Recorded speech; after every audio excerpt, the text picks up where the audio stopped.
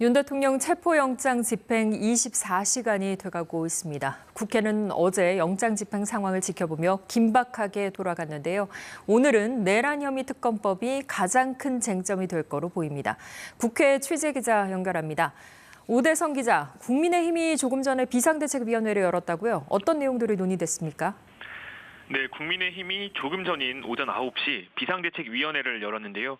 이 자리에서 권영세 비상대책위원장은 어제 공수처에 윤석열 대통령 체포영장 집행을 두고 대한민국 법치주의 붕괴의 흑역사로 기록될 거라고 말했습니다.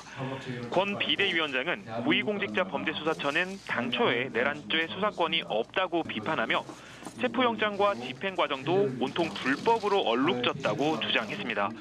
그러면서 공수처가 불법 수사를 중단하고 합법적 수사 권한을 가진 기관에 사건을 넘기라고 요구했습니다.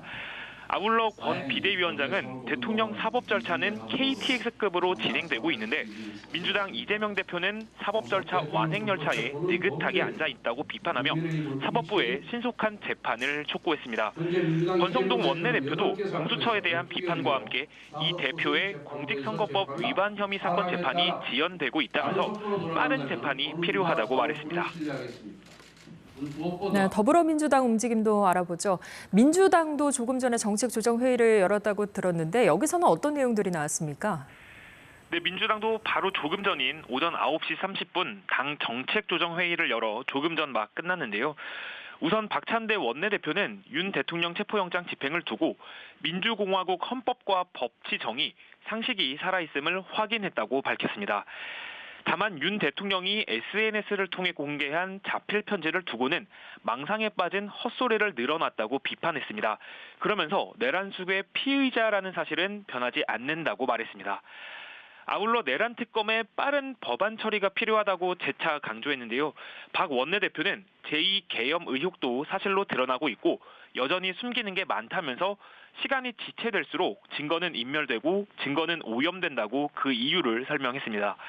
아울러 민주당은 고교 무상교육을 국비로 지원하는 지방교육재정 교부금법 개정안을 최상무 권한대행이 제의 요구한 걸 비판하면서 빠른 시일 안에 다시 추진하겠다고 밝혔습니다. 네, 여야 간의 특검법 협의는 어떻게 진행이 좀 되고 있습니까? 네, 민주당 등 6개 야당은 앞서 내란 혐의 특검법이 정부의 제의 요구권 행사, 이어 재표결에서 부결되자 다시 법안을 냈었는데요. 특검 후보 추천 권한을 야당이 아닌 대법원장에게 주고 비토권도 삭제한 내용입니다. 수사 범위는 기존 내란에 북한 도발을 유도한 외환 혐의를 추가했는데요. 국민의힘은 야당 안에는 위헌적 요소가 여전히 담겨 있다며 반대 입장을 밝혔습니다.